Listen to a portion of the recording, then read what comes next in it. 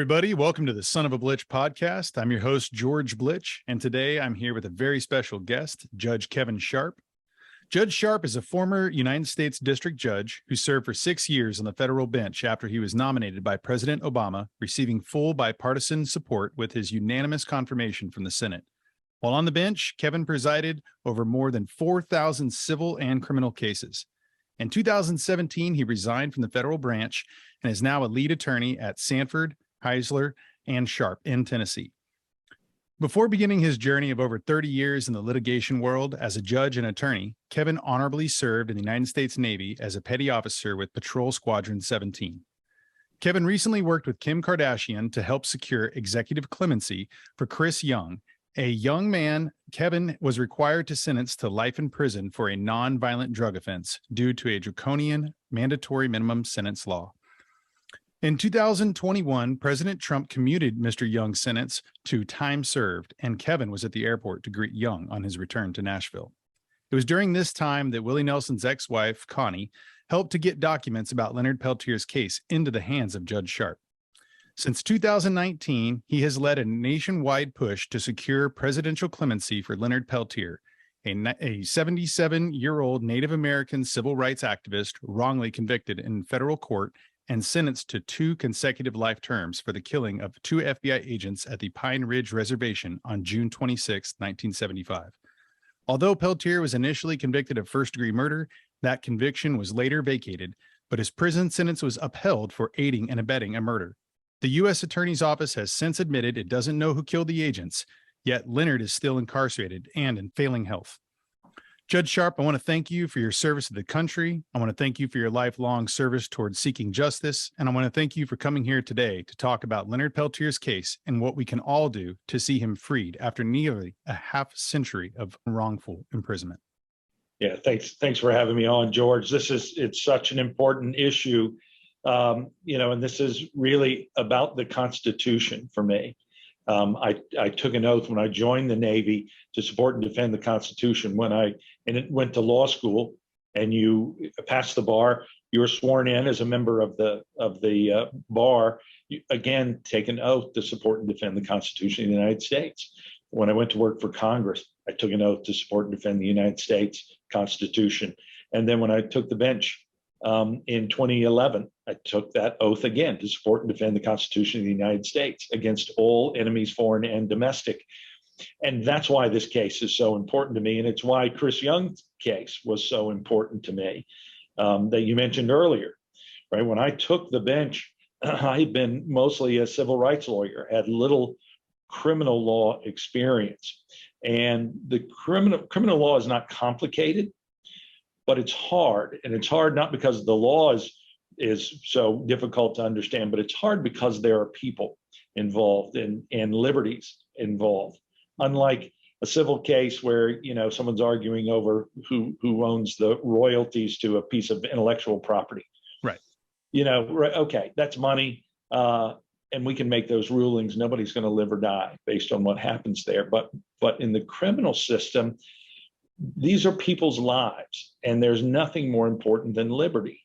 And that's why Leonard's case is so important, and it's why Chris Young's case was so important. It was the catalyst for me leaving the bench when I had to sentence Mr. Young, who was only 23 years old at the time, to a life sentence for a nonviolent drug offense. It was a third strike, and his first 2 strikes at the ages of 19 and 20 were, they were drug charges, drug convictions, but for minimal quantities. It's like he wasn't some big, international drug dealer. Right. He was a kid on the street with combined weights of strikes 1 and 2 being less than the weight of a quarter, the coin, not like a quarter of a kilo or, Wow. It was a quarter. It was nothing, but those were strikes 1 and 2. And so when he was convicted on the 3rd strike, then he ended up with a mandatory life sentence. And that was, it was unbelievable to me that this is how the criminal justice system was going to work. There was not much justice in that system. And I ended up ultimately stepping down from the bench after coming to this conclusion that was I more valuable to society on the bench complaining on these one-offs where I had to send people to prison for excessively harsh sentences and long sentences? Or was I more valuable to society stepping down and talking about these issues? And ultimately, I don't know that I would have decided to step down, but for Sanford Heisler, this firm out of New York that said, we want you. They're great civil rights lawyers. We want you to come here, and we're going to give you the platform and the ability to talk about these issues. At this time, I had not met Leonard Peltier. I stepped down and start working on clemency for Chris Young. It results in a meeting with President Trump in the Oval Office with Kim Kardashian and Van Jones and Ivanka and Jared, and we all talk about clemency process in general, criminal justice reform in general, because at that time, the latest, and now I'm blanking on the name, now I'm blanking on the name of the act that had not been signed. So it's going to come to me in like 5 minutes. I can't believe I'm blanking on this important piece of legislation. You've got a lot going on in your mind, so it's okay. It's okay. Understand. And so we were ultimately able to secure clemency for Chris Young. But during that period, that story of the meeting with Kardashian at the White House, it explodes. Nobody cares as much or cares at all that some judge from Tennessee is in this meeting. What they care about is Kim Kardashian is in this meeting. And that's the story. And that then, kind of through TMZ and other entertainment outlets is splashed across the media. And that's where Connie Nelson, Willie's ex-wife, sees this story and says, well, wait a minute, maybe after all these decades, this is someone who can help free Leonard. So at that time, I had just stepped down. The story of Chris Young was out, and I was getting flooded with letters from prisoners or family members of prisoners. Please help. I didn't do it. I'm innocent. Help me. And some of them are, and some of them weren't, and some of them didn't tell me enough to even guess at whether or not there was anything to this case, but it was just flooded with them. And one day this package comes in, and the way I worked this, there were so many letters would come in that I would stack them up and then just read them at the end of the week, because it would eat up my day to go through. The mail would come in each day to sit down and take these, and so I kind of had to organize it. And this larger package comes in. I can tell that it's prisoner-related mail. I don't know what it's about, but I can tell it's prisoner-related mail. And I asked someone in the office, just put it in the stack and I'll get to it on Friday. And I hand it to her, and then I take a couple of steps and I turn back around and I go, hand me that one. Let me get that one back. Bring that back. It just felt different. There was something about that felt different. And so I took the package and I went to my office. I sat down at my desk and I opened it. And then 1 hour passes, 2 hours pass, 4 hours pass, 8 hours pass. My whole day is eaten up with reviewing all of this material, and it's trial transcripts, and it's court opinions, and it's newspaper articles, and it's pictures of artwork by Leonard. And I wasn't that familiar with it. And when the incident happened, 12 years old, I don't remember that. I'm a kid in Memphis, Tennessee in the summer of 75. I'm playing Little League baseball. I have no idea what's happening, in South Dakota or, anywhere west of the Mississippi. I don't know what's going on out there. I'm playing baseball. Sure. So I have this vague recollection of something like that happening and maybe been on the news, but even now, as I think about it, I may be misremembering it altogether. And what I really remember is Wounded Knee, which would have been a much bigger national story in 73. So I really don't know anything about this. I look at all of this with fresh eyes, but with eyes of a former federal judge.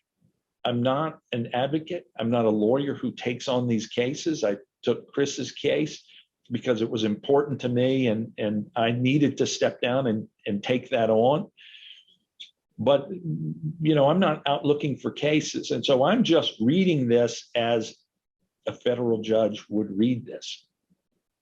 And I'm stunned by what I'm reading. And I'm stunned by what's happening. And I'm stunned by the blatant misconduct of the U.S. Attorney's Office, and the blatant misconduct misfeasance and malfeasance of the FBI and the other federal law enforcement, or the other federal agencies with law enforcement responsibilities out there. It just is stunning to me, because they took the same oath I did.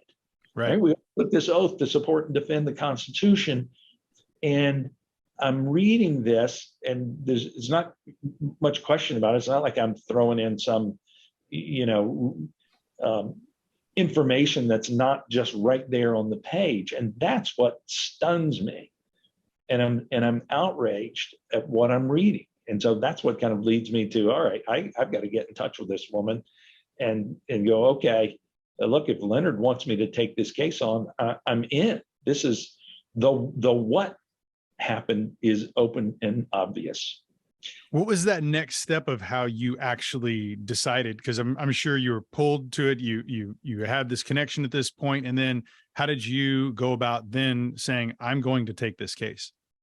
Well, first I went to my partners because I know it's going to be a big commitment in time and resources, and I can't do it alone.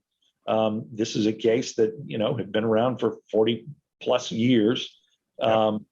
Right, Kevin Sharp sitting at his desk in Nashville is not going to be able to, wave a magic wand. This is going to take a lot of people and a lot of time. And so I went to my partners and said, here's what's come in the mail. Let me give you my thumbnail sketch of this and ask, does anyone have any issues with me diving into this and bringing others with me? And it was absolutely not. You have to do this. And so, there have been so many people, it's not just me, they're just lawyer after lawyer and staff people who've been great about this, who've all jumped in and want to help. What was really easy. Right. What became complicated, mostly because I was a white guy from Tennessee who knew almost nothing, if you were relying on our education system in this country, almost nothing about the history of Native Americans. It was the why that really sucked me into this case. And maybe on the what, I'm being a little too flippant about it. To me, it was obvious, but that was because of my background. And I'm sure that there was others who might look at that and go, well, it's not so obvious to me. But I saw that so early, and it was so clear. It was like, okay, what are we talking about here? Why was this ever taken to trial? Two, how was it moved around like this from jurisdiction to jurisdiction, knowing something about the federal judicial system? How the hell did that happen? Who's doing that? And I still haven't been able to figure out, where those orders came from to move this case. But the what was easy. The why then just sucked me in, and has been this multi-year journey, and one that will continue.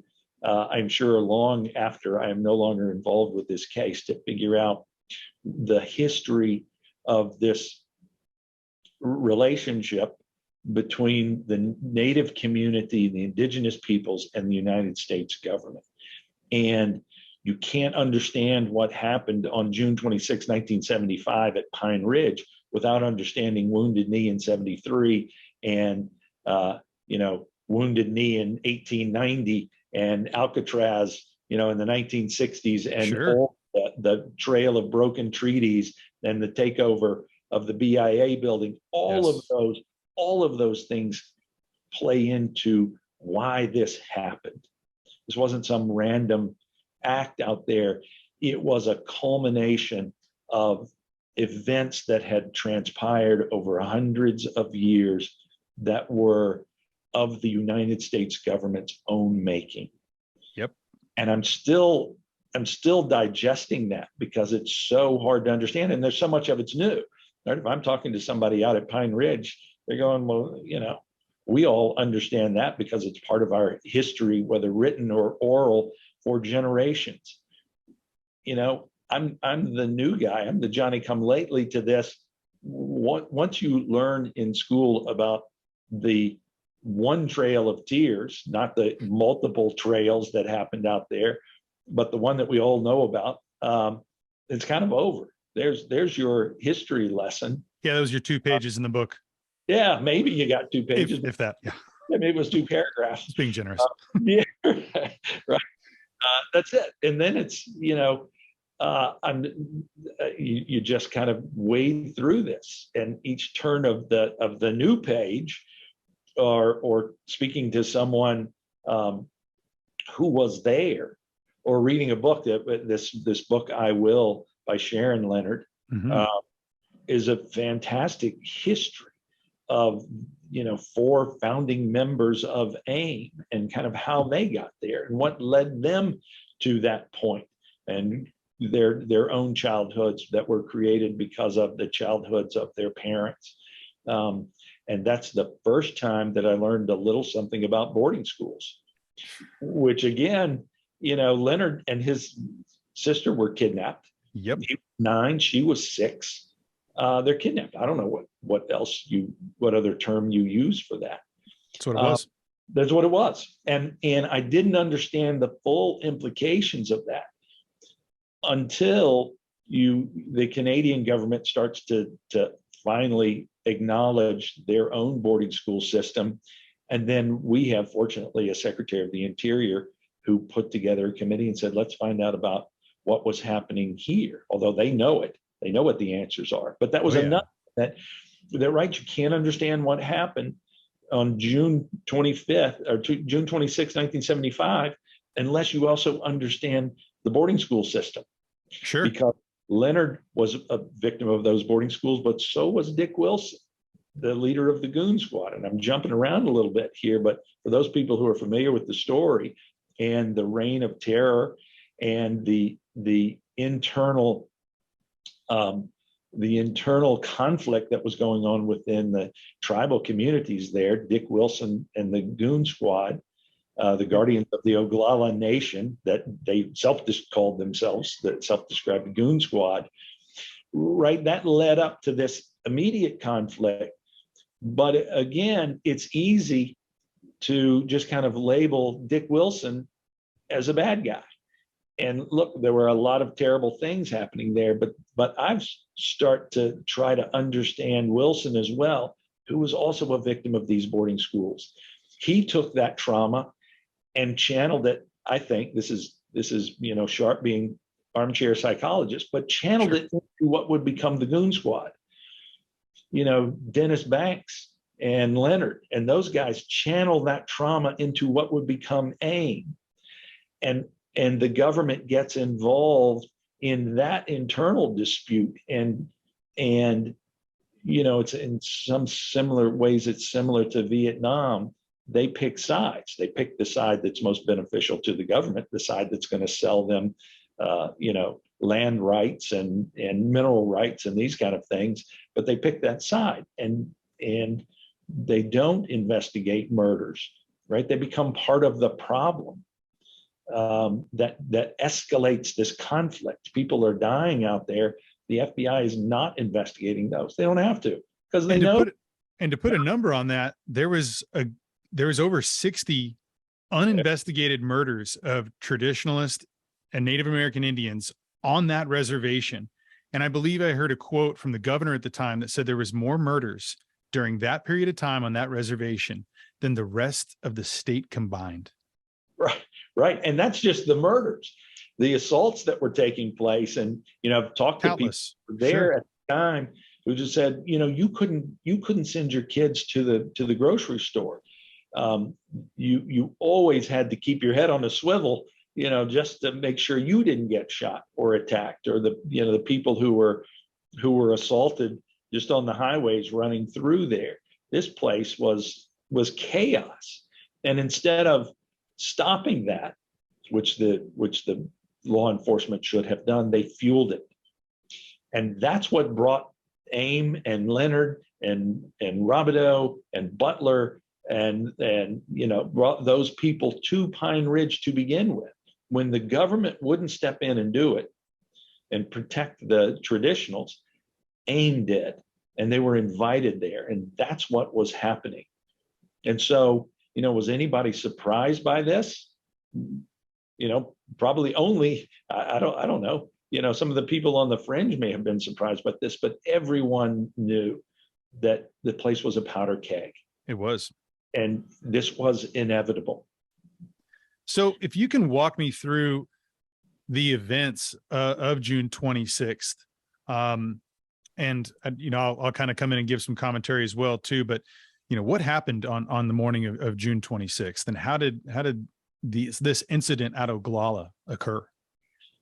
Well, the straightforward part is that you have these two agents, young agents, who have come in from another city, because, right, don't forget that this area had minimal federal law enforcement. Right. It escalates, and they increase these numbers tenfold, 20-fold in such a short period of time, right, which then creates its own level of hostilities. Sure. So you've got these two agents who purport to be looking for a young man named Jimmy Eagle for stealing a pair of cowboy boots. Now, they'd have to be really expensive cowboy boots, or you don't even have federal jurisdiction. So right. What are you doing, right? You don't. The feds don't have jurisdiction over anything and everything that happens on tribal lands, only certain things. And so I'm not sure they have jurisdiction, but assume they do. Okay. Assume that they could go and arrest young Jimmy Eagle for stealing a pair of cowboy boots. What are you doing? You know that this place is a powder keg. You know that the person you are looking for hasn't done anything serious.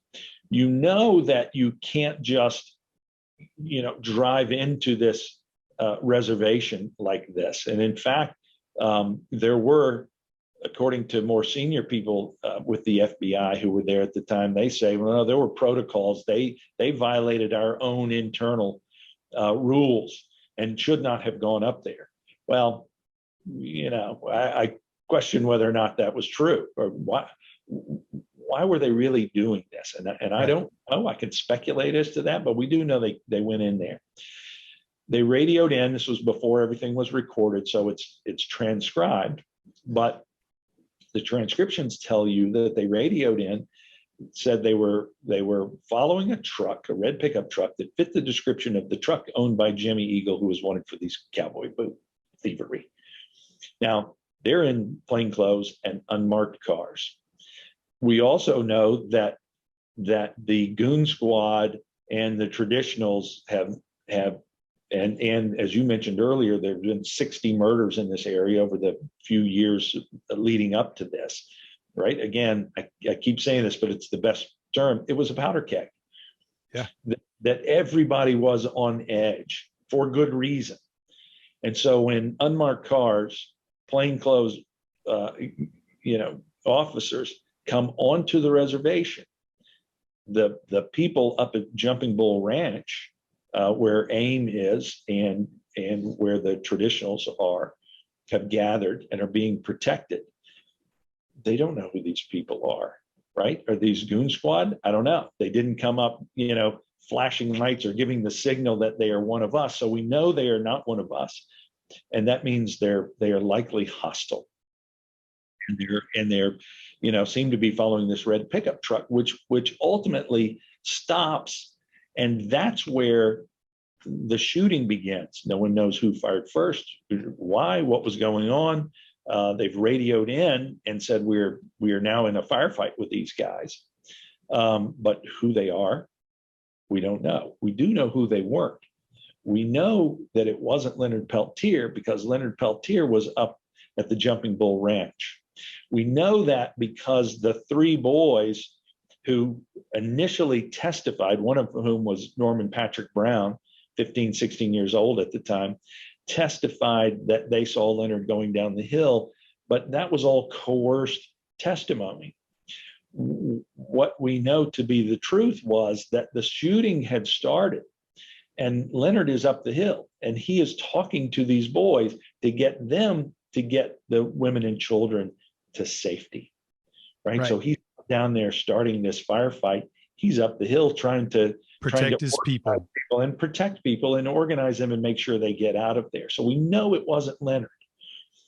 Now, interestingly, you mentioned this, and this is the government's position, that they don't know who shot the agents. But in some ways, and I've said that myself, right? They don't know who did it. They know it wasn't Leonard. But I think they do know who did it because there was a trial, right? And now I'm jumping ahead, but Robideau and Butler were tried for this, and they were acquitted based on self-defense.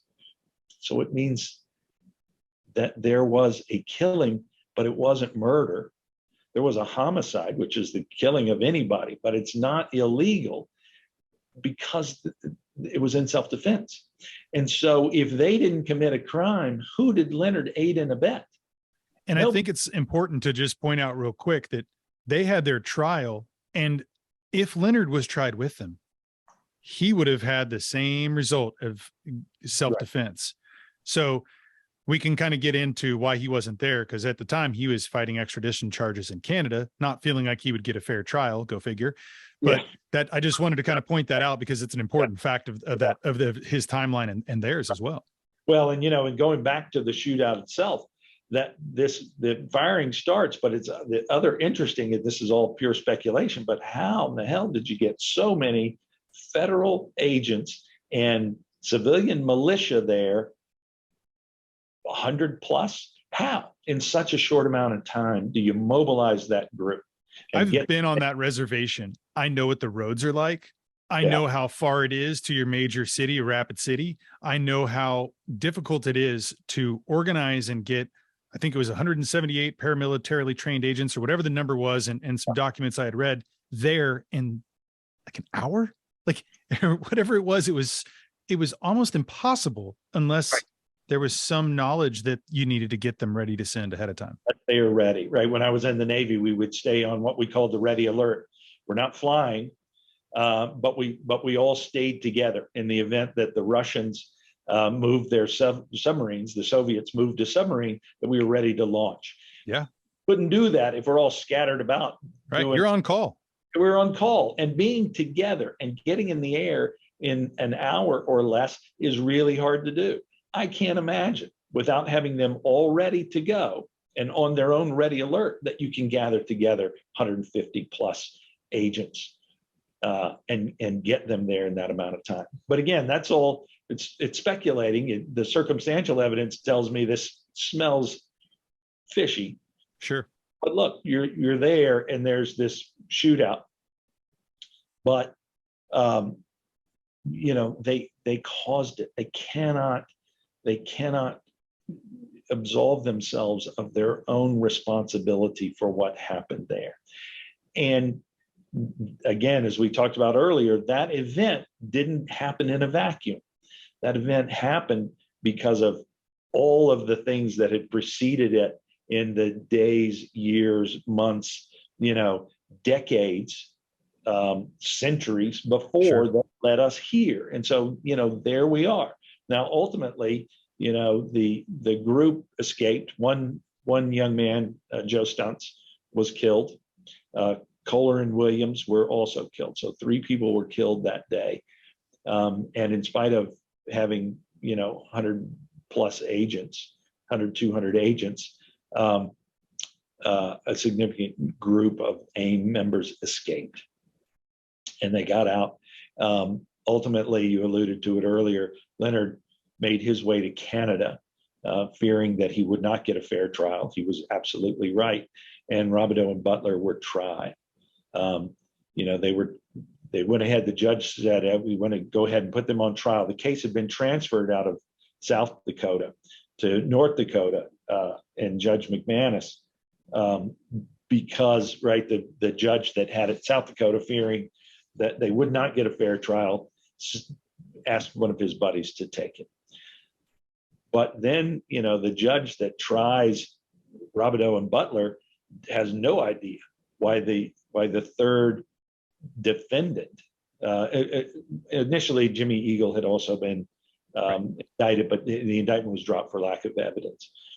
So the way criminal cases work, when you have multiple defendants, this is important. And one of the things that really kind of bothered me about how Leonard's case gets transferred to yet another judge in Fargo is that a case will, if they're all related, they are tried at least through, they may be physically tried separately, but the same judge will have the case. And so it'll have, the docket number may be, 1 -CR for criminal, -1000 for the case number, -1, -2, -3 for your 3 defendants, but they all stay together. They're counted as 3 separate cases, but they stay together. It would be very unusual, and I never saw this happen, for one of those defendants to not only be carved out, that's not so unusual. The judge might try them all separately, right, but sent to another city with another judge. That, to me, I've never heard of, and particularly done without an order. There appears to be no order anywhere. Now, a court of appeals, which has responsibility over the district courts, right? That's the way the system works. Trial courts are district courts, circuit courts or appellate courts, and then you go to the Supreme Court. The circuit court or appellate court has supervisory responsibility over the district courts. And so on occasion, they might reach down and take a case from a district court judge. Sometimes they'll do that for health reasons, right? Someone's got some issues, or occasionally what will happen is the judge and the lawyers will get so contentious that the Court of Appeals says, right, this defendant cannot get a fair trial. We're going to move it, but you keep it within the same circuit or within the same district, but you certainly have an order doing that. They just don't get up and, walk to a different judge themselves. Yeah, there's reasoning behind it. Sure. There's a reason to do it, and there has to be an order. There's paperwork for everything. If nothing else, the government knows how to do paperwork. Yes. And there's paperwork that explains it. That I have not found. What I have found are notes from the FBI showing that they spoke to the judge before the case was transferred, as did the U.S. Attorney's Office, about Leonard's case. Now, it's not ex parte because he doesn't have the case yet, right? It would be really improper for him to do that and not have Leonard's counsel there if he had the case, but he doesn't have the case. So, but what are you doing? Talking to the prosecutor and the investigators about this case before it's transferred to you. We know what they were doing. We know what they were talking about. But once it's transferred, right, you've got a massive conflict. You got to step out of this thing.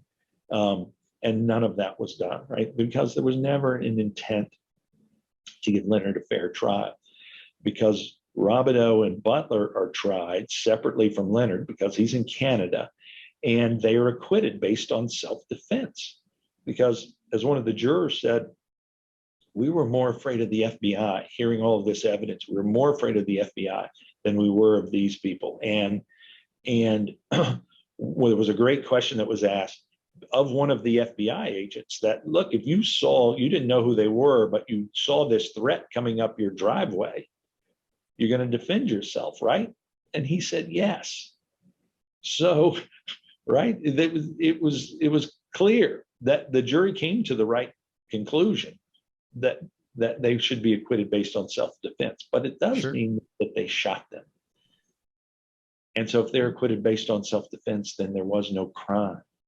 And if there was no crime, how did Leonard get convicted of aiding and abetting? All of that comes because of all the misconduct that ultimately comes home to roost during the appellate process, and the U.S. Attorney's Office has to change their theory of the case that Leonard shot them at point blank range to he was there. And that became their theory. And the law was different at that time than it is today. Today, if that happened, the same set of circumstances happened today, there's no way that Leonard's conviction stands. Right. Because when they held the exculpatory evidence, sorry, I'm jumping around a little bit, but so 2 things happened. Let's back up and talk about Leonard being extradited from Canada. The Canadian government judiciary will not extradite Leonard because there's no proof that he shot these agents. And so they need proof. And they find that in the form of the affidavit from Myrtle Pourbaix, coerced, as the U.S. attorney said at the time, once they were caught, not a scintilla of truth in this. Well, he knew that when they filed it with the Canadian government. They knew there was never a scintilla of truth in that Myrtle Pourbaix, who signed an affidavit that she says they wrote and handed to her and said, sign this or we're going to take your daughter away from you. Well, there's like 3 affidavits. There are 3 affidavits. Each one, the first one's not good enough. Here, let's give us another one. Right. He told me about it. Well, that's not good enough. Let's sign another one. Well, I was there, but I didn't see it. Oh, wait, I was there and I saw it. Each one gets more detailed and contradictory to the ones before. Right. And the thing that I know, again, as having been a federal judge who approved subpoenas and approved wiretaps and, worked with federal law enforcement, who I found to be really, in my district, people who were trying to do their job. And did it in a way that was open to me so that I could approve what they were doing and understand what they were doing. But what I know is that those affidavits are not drafted up by, the people who sign them. Those affidavits are drafted by the U.S. Attorney's Office with the help of the FBI. But, once it came to light that this affidavit was a complete fabrication, and that she had been coerced into it, Holtman, the U.S. attorney at the time, blamed it on what he called her FBI controllers. Right. So, right. I know how this works. That's not what happens. The U.S. attorney's office is involved in that. He knew that those were lies when they submitted them. But nevertheless, the Canadian government and the rest of us don't learn that until after Leonard's extradited and after the case is transferred to Fargo and after it's put in front of a judge who's a former U.S. attorney and after he had met with the U.S. attorney who was prosecuting the case and after he had met with the FBI who was prosecuting the case.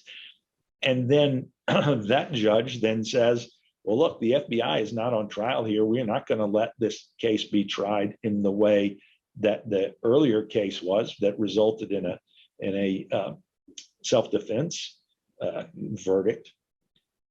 I'm going to exclude all of that. And I'm not going to let these young boys testify that they were coerced into their earlier false testimony, that perjury. And I'm not going to let anybody talk about the misconduct of the FBI. And we don't even know about the ballistics test that shows it was not Leonard's weapon that killed them. They are still going to try this case on the theory that Leonard killed these 2 agents, and they got one piece of evidence, and that evidence is a shell casing. And the ballistics expert testifies that, this is not the best test in the world. Firing pin test would have been the best test to do, but we couldn't do a firing pin test, which turned out to not be true. That was not true. They had done a firing pin test and it showed that it wasn't Leonard's weapon, but we don't learn that until much later. And that's where the change in the law makes this a completely different case, because once that's discovered and once the U.S. Attorney's Office says, well, we don't know who shot the agents, although if they admitted or took the position that it was Robideau or Butler, which the judge would not let that evidence that they were acquitted come into Leonard's trial. So they had to say, we don't know who did it, because now we've got an empty chair and we can say he aided and abetted this unknown person or persons. So when that comes before the Court of Appeals, the standard of review is, well, if that evidence had been presented, would the jury probably have come to a different conclusion? And the court said, we can't say that they probably would have come to a different conclusion. They possibly could have. That's not the standard today. Today, if that happens, the standard is, was the defendant deprived of a fair trial? Yes. By the hiding of this evidence? And that is so easy to answer. Of course he was. Of course he was. But when the law changed in that that review, it wasn't retroactive. And so you can't go back and say, well, wait a minute, that's not the standard you applied to Leonard. Let's retry that case.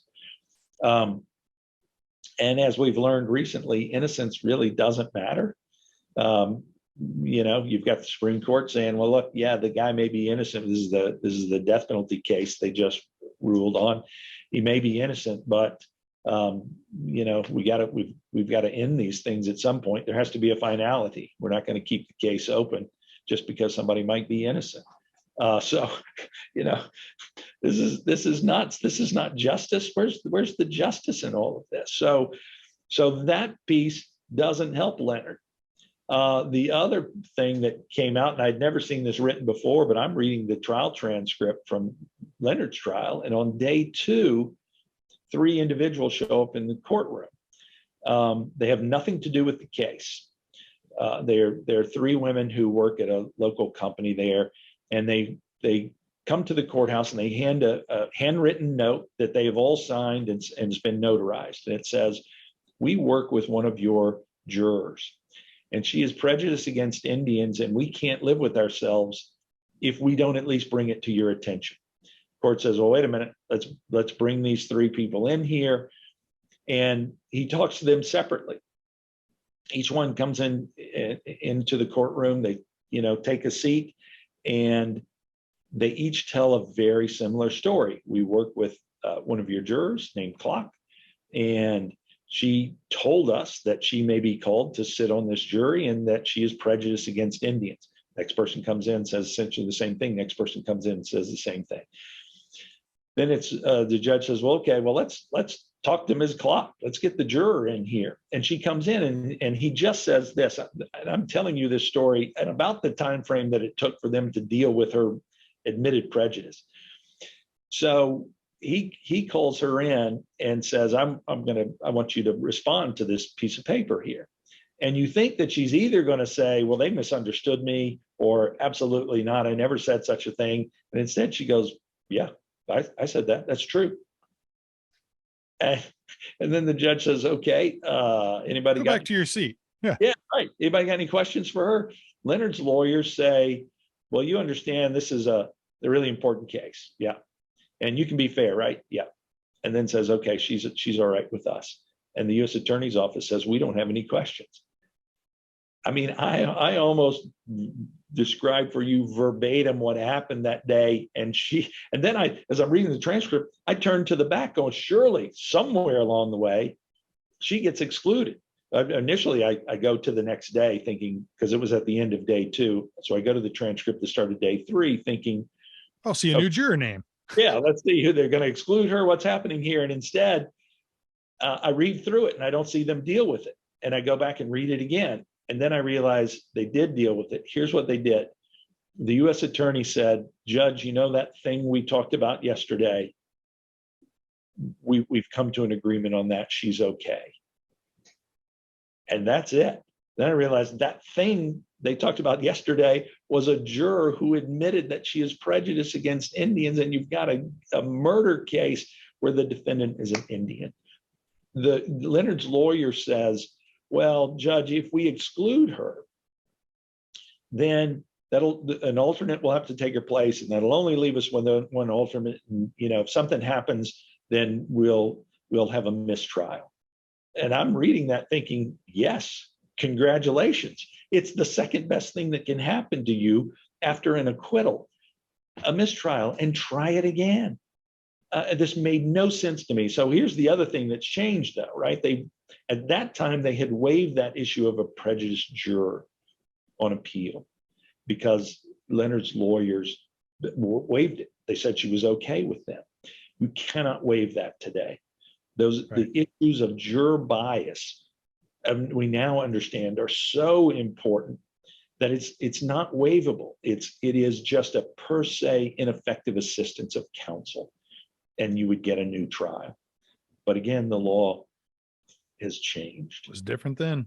So, here we are, and Leonard ends up getting convicted.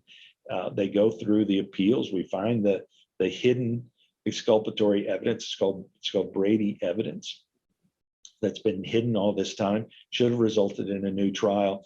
but it was not.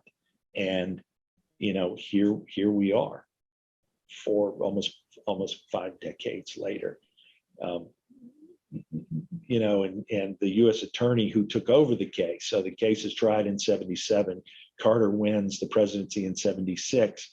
But although it's tried in 77, the Nixon or Ford, I'm not sure who appointed him, but the Republican appointee was still in office and hadn't been replaced yet. James Reynolds comes on as the Carter appointee, but he is there early. So he's there for post-trial motions, and he's there for the appeals, and he's there for the habeas appeals. Since that time, James Reynolds last summer, came out with a very strong letter to President Biden.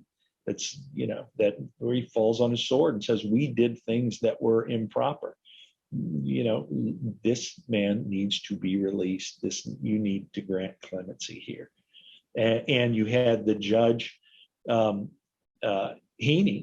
who had the case on appeal back when they ruled that Leonard's conviction could not be overturned. But before Gerald Heaney died, he came out and said the same thing. It is time for clemency. And that was back in the 90s. And here we are in 2021, and the U.S. attorney saying it's time for clemency.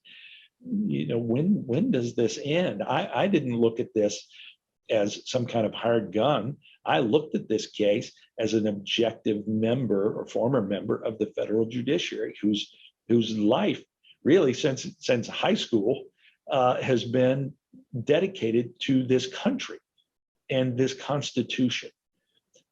I am here because the Constitution demands that Leonard be granted clemency. And, it doesn't seem complicated to me, but then that's where the people call Leonard a political prisoner, and that means different things to different people. But I think what's easy to see is that he is a prisoner of politics, because he's now there after all these decades, not because anyone thinks he did it. They don't. Not that any of this was proven. It wasn't. And in fact, what was shown was that he did not do it. Not that he aided and abetted anybody. You change your theory on appeal because his co-defendants were acquitted based on self-defense. He's there because of politics, because there's a constituency that influences the president and influenced Clinton and Obama and all the presidents in between, that says we may have the wrong guy, but we've got somebody. And it's one of those any Indian will do.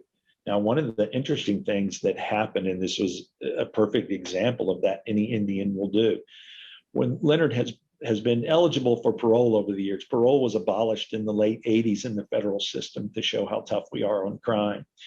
But Leonard and those people who had been sentenced while parole existed still are eligible for parole. So they go through this, theater of listening to his parole applications, and then they deny them. But in one of the denials, what happens in the federal parole system, there's a parole commission, and employees of the BOP, Bureau of Prisons, will act as hearing officers, and then they make a recommendation, and it goes up to the parole commission, who will either accept or reject that recommendation. Leonard, after it came out that the government was no longer saying that Leonard shot these agents, the hearing officer said, well, wait a minute, now you've been in decades, and you now change your story and say he's not the guy who shot them. You don't know who shot them. And he recommended that Leonard be granted parole. Before that recommendation was acted upon by the parole commission, this man was terminated, and a new hearing officer was put in place. And it's reported that this hearing officer, and I've got this from a couple of different sources, the hearing officer said, well, you may not have done it, but someone in your tribe did. Parole recommends that parole is denied. You go, what is this? Right now, let's change it. This is an African American. Well, you may not have done it, but some black guy did. Right? You hear it like that, and you go, well, oh my God. Where's the justice? Where's the justice? But that's exactly what he was doing. You didn't do it, but some Indian did. and any Indian will do. That was the piece he left off, but that's really what he was saying. Sure. Indian will do. And that's why we're here. And that's why it's so important, not just for Leonard. Leonard is an individual who deserves justice after all this time, but it's also important for the broader relationship with the Native people, right? It's time for this to end. It's time for the government to acknowledge their role in this. It's time to say, look, we got our pound of flesh, even if you believe that there was a murder in spite of what's happened already, and you know that he didn't have anything to do with it, you get your 50 years. In this for not just Native Americans, though, you've got to end this for the rest of the country. And you really need to end this too for the FBI. The FBI needs this, right? They need to get past this, and they cannot. They will always be that FBI that committed these heinous acts so that they could get a conviction of any Indian, that they could get their hands on. They need this to end so that they can move on. The government in general, the United States government, needs this to end so that we can move forward. And I said move on, but it's really move forward. We're not going to move on and just forget that it ever happened. But we can't move forward unless we acknowledge what happened, unless we can talk about what happened. And I think President Biden has done a great job of that in other areas with Native communities, of acknowledging our past misconduct and our the past grievances, and then trying to work through them. You can't just forget it, but you got to work through it. And that's what that's why it's so important. He's important because he's a human being. He's important because he's a United States citizen. He's important because of what he means to the Constitution. And he's important to what he means to the Native people. It's time to end this. Everybody needs this to be over. The worst thing that can happen would be for Leonard to die in prison. And then it never ends. And we can never move forward. It'll always be hanging there. And that's a real danger because of his health. Sure. And, I want to touch on the health there too, but I always think about when you hear about the great healing, all the wrongs and injustices that, have happened to the indigenous people here, the Native American Indians. And, we see it worldwide when people are coming in and colonializing areas and things too, but there is an opportunity. And, like you said, I see Biden has made some strides, and some other presidents have made some strides or acknowledgments to be able to help mend that and become a part of that great healing again. And that I feel like this is such a huge piece of that circle of healing, and for all the reasons you just described. And I like the time is now. It feels like, it really does feel like it needs to happen, because we see Leonard's 77 years old and he's in failing health. I know that he just went through COVID, which was devastating for him. If you could talk to me about some of his health issues that are going on in prison, and the lack of adequate medical care in the prison industry. Well, right. I mean, globally, the Bureau of Prisons is not set up for healthcare, right? It's not what they do, and they don't want to do that, right? It's that culture that's in there, but it's also just not set up for that. It's not why the Bureau of Prisons exists. So healthcare there stinks. And then you put vulnerable people into this environment, and then watch them age, right? So you still have a couple of thousand prisoners who are called old law prisoners, pre-parole. So they're all going to be, the young ones are going to be in their 60s. So you've got these health issues that come with age, but then you put that into, someone who's aging into an environment that is not healthy. And then COVID comes, and now you've got this breeding ground for this virus, and vulnerable people. And so, Leonard's got heart issues. Leonard's got diabetes. Leonard had at one point lockjaw. So he's got these continuing problems with his jaw. He's got some arthritis issues developing. And then you put COVID on top of that. All of his health issues are in these categories that the CDC would say, right, this is a recipe for disaster if you get COVID. Sure. Now let's put this environment where COVID is breeding out of control, and then he gets COVID. And what are they going to do for it? Well, they just move him to another cell, not a medical unit. They just move him to an isolation cell, and they check his temperature every day. I mean, he lived. He's still feeling the effects of COVID. And at that time, he did not have a booster. And I'm trying to figure out, how do we get this man a booster, because he fits into the category of people who need booster shots. Absolutely. Oh, kid you not. This becomes like this kind of catch-22 scene where I'm told, well, you have to ask for it. Okay, who do we ask? What's the protocol so that I can ask for it? We can't tell you that. Well, then how do I ask for it if you won't tell me how to ask for it? There was another incident very similar to that happened while I'm trying to get information about Leonard. He's been moved, but nobody will talk to me about what's his health condition. And nobody will, and sometimes won't answer the phone. There was one day I called 24 times trying to get someone to answer the phone. And on occasion, maybe 3-4 times, they would pick the phone up, and then I could hear them, and they drop it, and they drop it. I call right back. They pick it up, they hold it, and then they drop it. And at one point, I get a hold of somebody, and I said, okay, look, I need to talk to his counselor. Counselor's out today. I go, okay, let me talk to his case manager. Case manager's out today. Let me talk to the case manager's supervisor. He's out today. I go, okay, well, I'd like to talk to the assistant warden.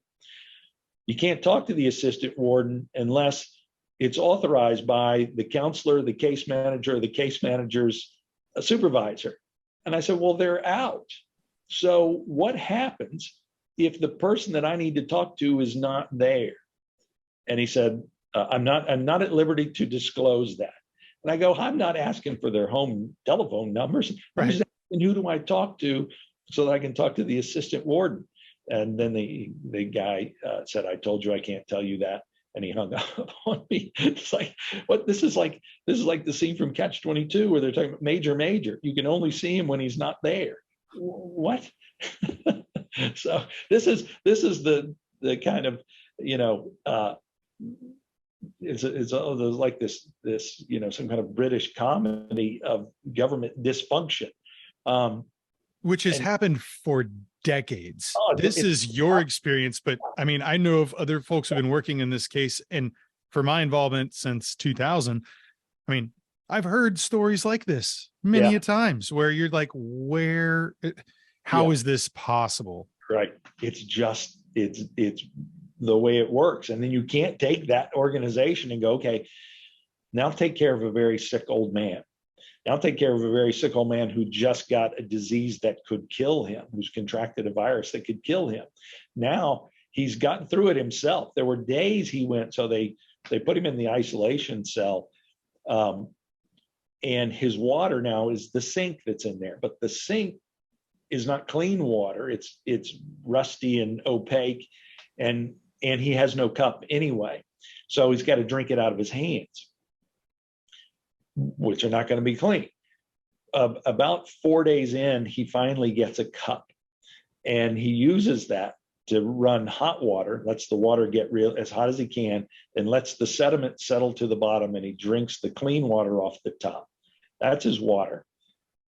For food, they've given a little packet of peanut butter, but he's not given a way to get into it, right? You just got to kind of tear it. He's also got bad teeth. Oh, yeah.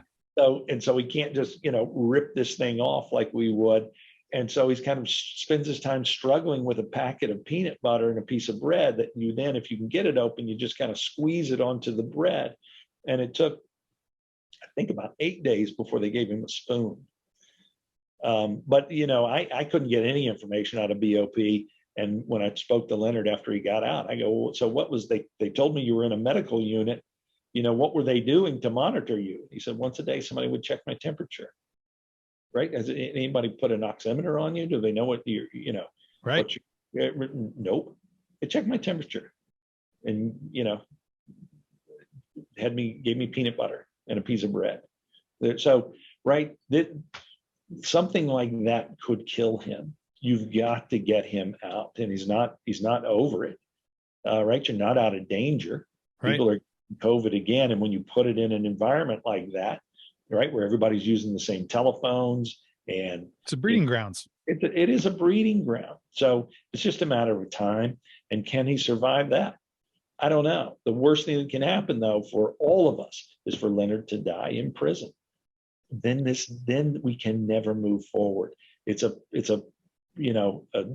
snapshot, and we're frozen in time and cannot move if he dies in prison.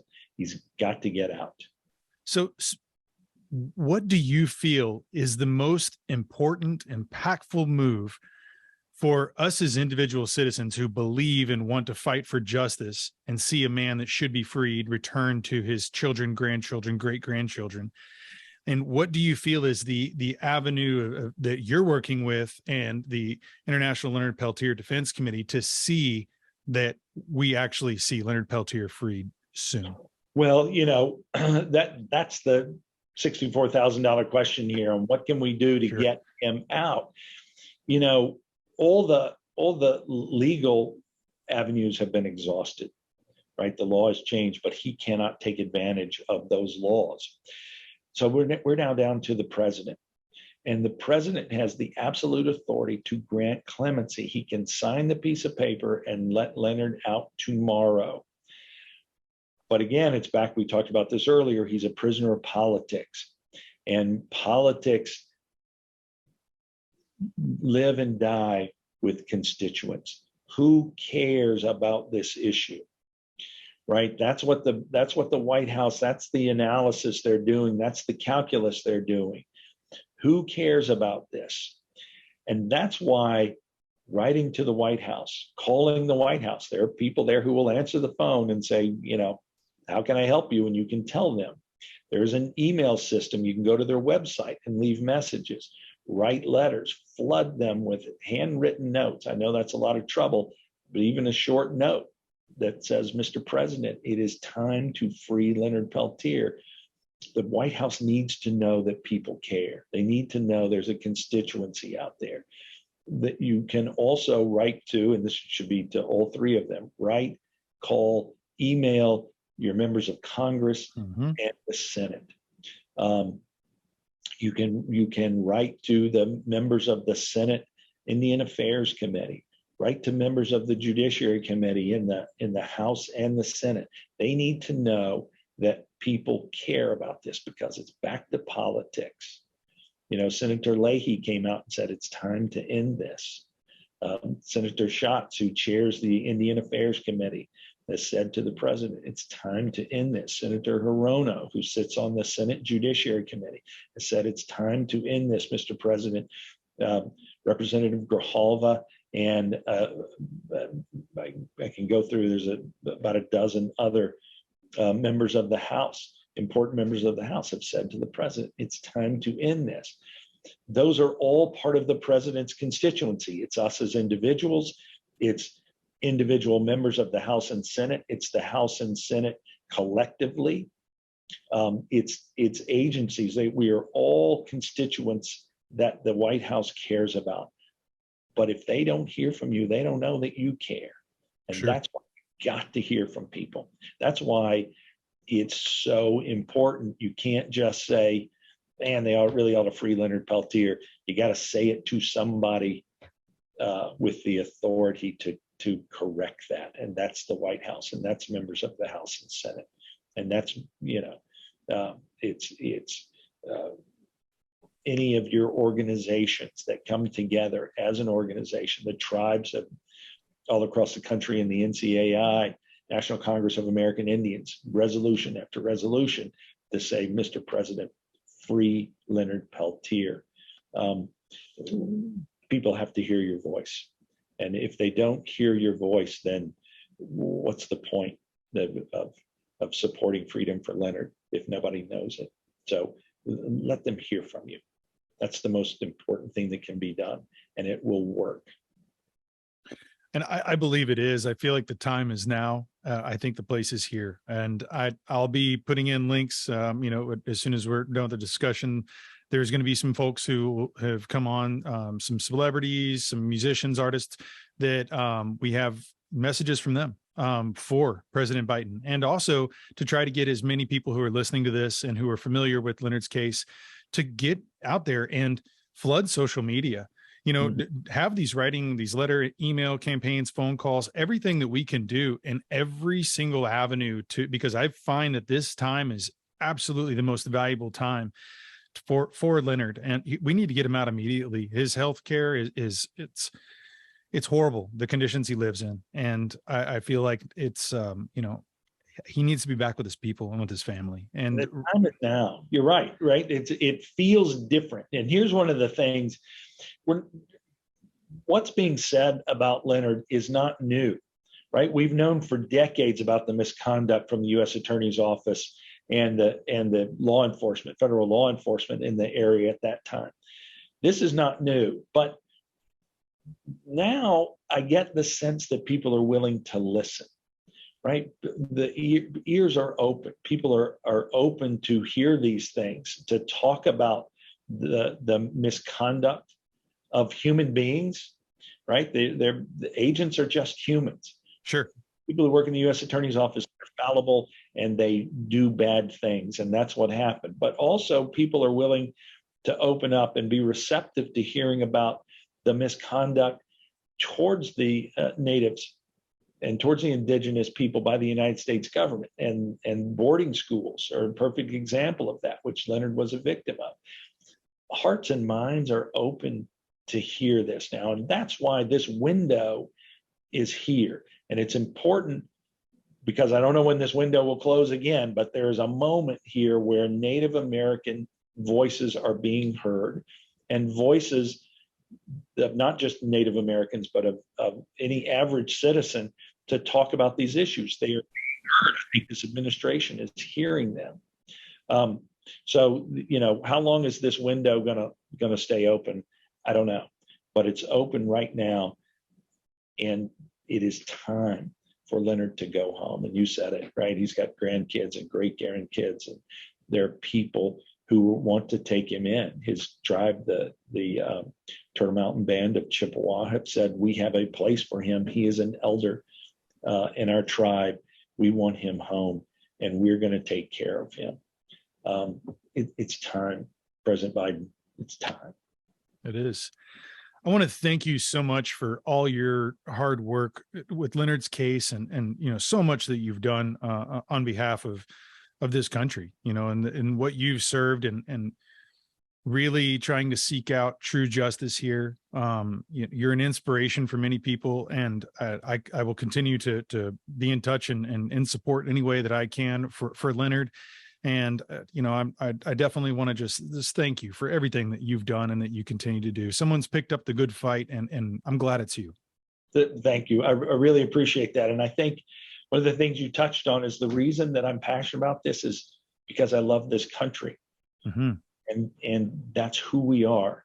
And whenever we veer away from that, we've got to come back to it. We've got to come back to a constitution that protects us, and a constitution that guides us. And when we get away from that, because we're people, and we will, we've got to come back. We've got to be able to talk about it. And that's what makes this country so great. Absolutely. Absolutely. And, I think also too about, my family. I come from a long line of active members in the military, from law enforcement.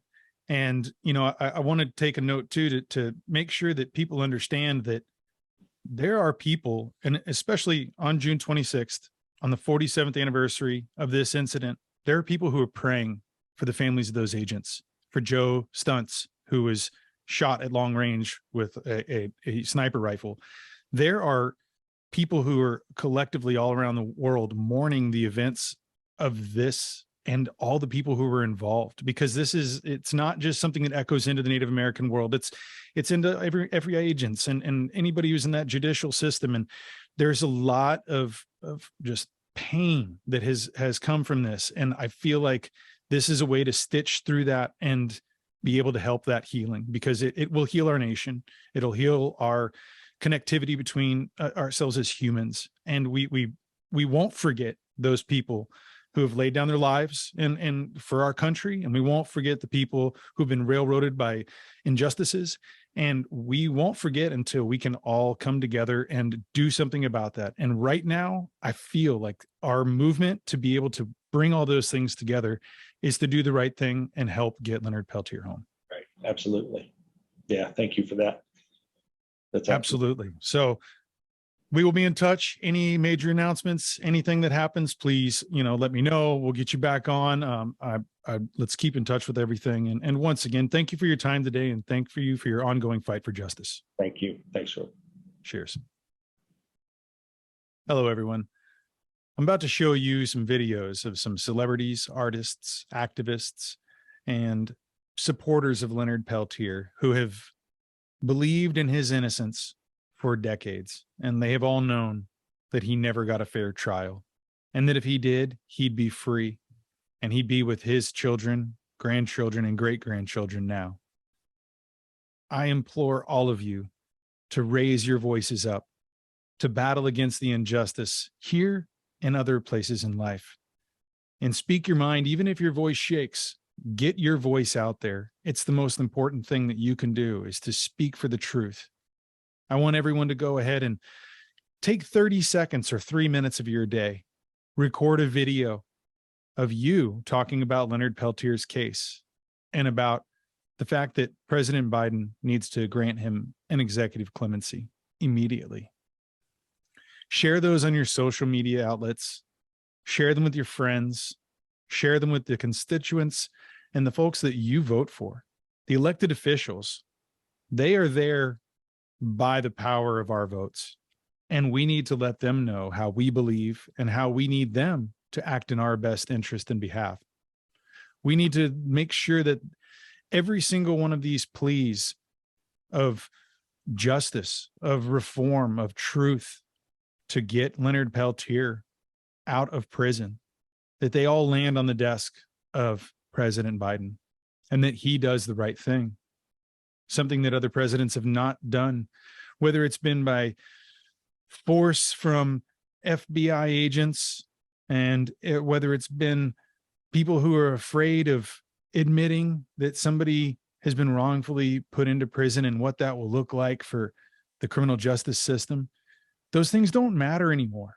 What matters is that we free a man that needs to be freed, that somebody who's in his late 70s in poor health and poor health conditions. Prison isn't a place for health conditions. It isn't a place for health care. This man has been inching by year to year. Many people would not still be here. His life is his Sundance. This imprisonment, it's unjust. He needs to go home. President Biden, you need to do the right thing. You need to find the power in your own heart, reach down deep into your soul, and know that the right thing to do is to grant him executive clemency and send him home. Please, everyone, get out there, write those emails, send those letters, make those phone calls. I'll have every bit of information you need that I'll be putting here in a few minutes on this video for you to be able to contact the people who you need to contact to get this word out. Everybody, get out there, make your voice count, do the right thing. The time is now, the place is here. Let's free Leonard Peltier. Hello, good people. My name is Ani DeFranco, and I am wearing a beaded work of art made by Leonard Peltier. I had a friend many years ago who worked with him in prison. I have been knowing of Leonard's wrongful incarceration since I was in high school, and I'm 51 now. It devastates me to think about the fact that all these years and decades that I've been out there free in the world on my grand adventures, Leonard has been wrongfully incarcerated. please, please, please, President Biden, Vice President Harris, please set Leonard Peltier free. He is a political prisoner. He is a leader of his people. He is a beautiful human being. Please set him free, not just to make justice more real, not just for the sake of one man, but for the soul of America. Please set Leonard Peltier free. Hi, I'm Graham Nash. You know, we haven't treated the Native Americans very well for the last several hundred years, and we know that. In one particular case, we wrongly convicted Leonard Peltier for killing 2 FBI agents many years ago. He has spent 40 years in jail for being wrongly convicted. One word to Mr. President, Mr. Biden, the word clemency. You can straighten it out right now. Clemency for Leonard Peltier. Thank you. Hi, John Densmore of The Doors. Turtle Island is the name given to this continent we live on. That's right, not America. It's the name that the first peoples of this land gave, and they lived on Turtle Island before we did. So if we have a blind eye as to we took their land by force, then we will be blind to future racial wars that will continue until we acknowledge the first atrocity. How many Indians died? Approximately 100 million. We learned that the buffalo was their food, so we killed 60 million buffalo. President Biden, please grant clemency to Leonard Peltier. It would be healing for the suffering of Native Americans. He's been in prison for 40 years. He's sick. It would be humanitarian. I know. FBI. The FBI protested when Clinton considered pardoning Leonard. 2 lame duck presidents couldn't do it. Don't be the third. Be courageous. And thanks for listening. Hello, I'm Peter Coyote. I've known Leonard Peltier since before the gunfight that sent him to prison more than 40 years ago. The first 3 men who were accused of the deaths of the 2 FBI agents in that gunfight were acquitted by an all-white jury in North Dakota. The FBI was not going to allow the deaths of 2 agents to go unpunished. They committed a number of judicial errors, falsifying chains of evidence, falsifying the rifle. These things were noted in the 8th Circuit Court of Appeals. The judge who supervised that appeal, Gerald Heaney, wrote a letter to President Clinton asking for clemency for Leonard. He said the FBI's actions were highly suspect, but his hands were tied.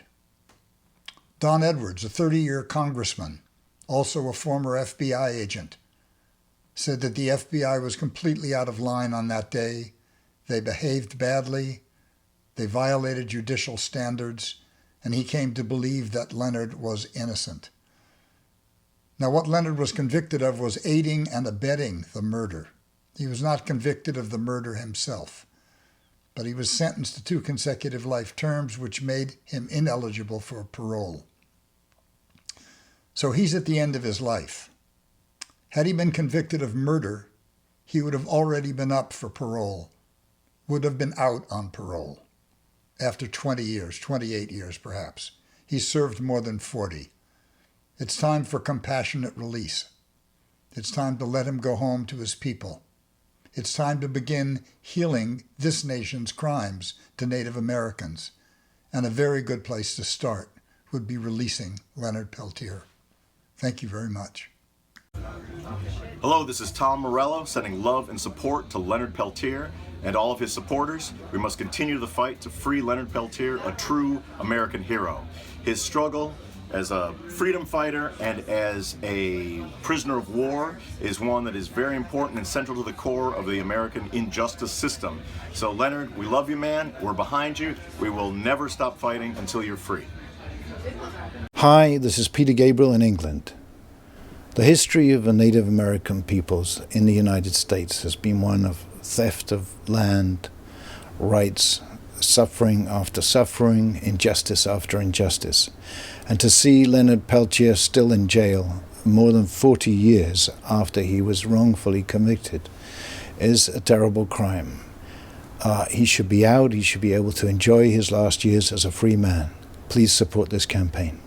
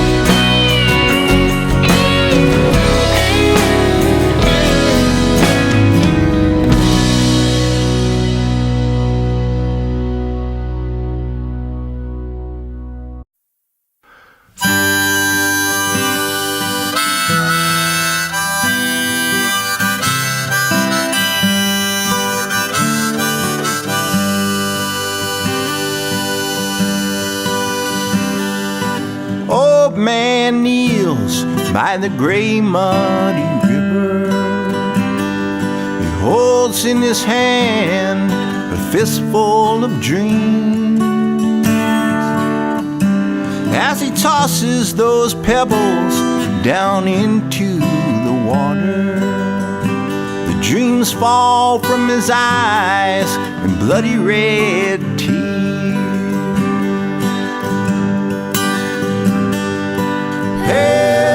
Peltier, Peltier, I can hear your voice like the great eagle's cry.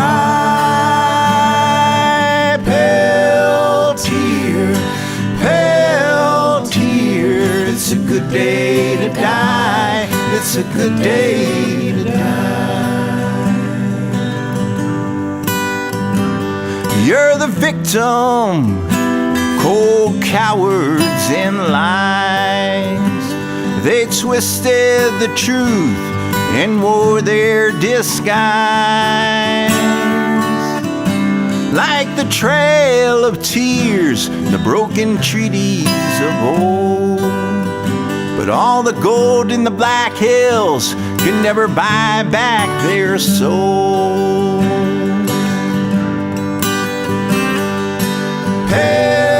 Peltier, Peltier, I can hear your voice like the great eagle's cry.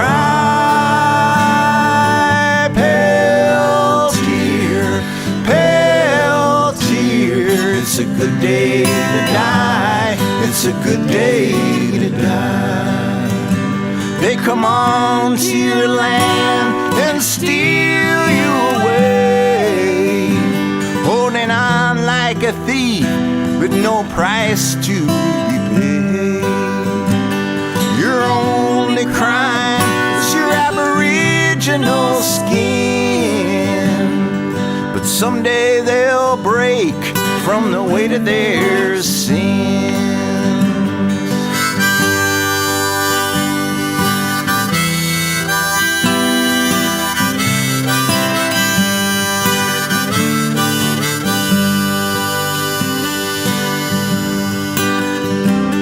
In the spirit, crazy horse you ride, like a bird of dreams singing from the tree of life.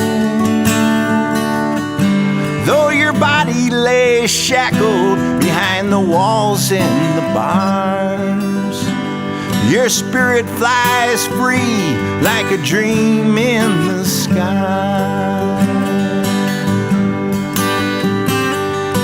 Peltier, Peltier, I can hear your voice like the great eagle's cry. Peltier, Peltier, it's a good day to die. It's a good day to die.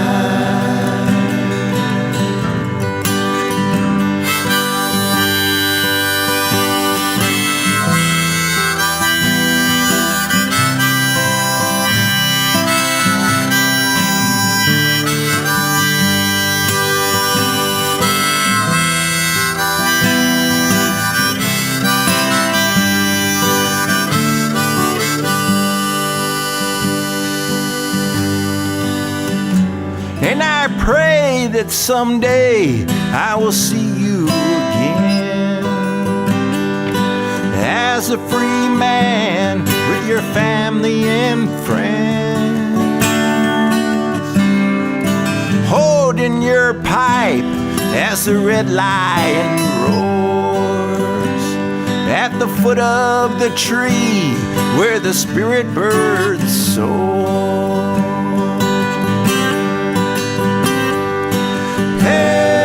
Peltier, Peltier, I can hear your voice like the great eagle's cry. Peltier, Peltier, it's a good day to die. It's a good day to die. It's a good day to die. It's a good day to die.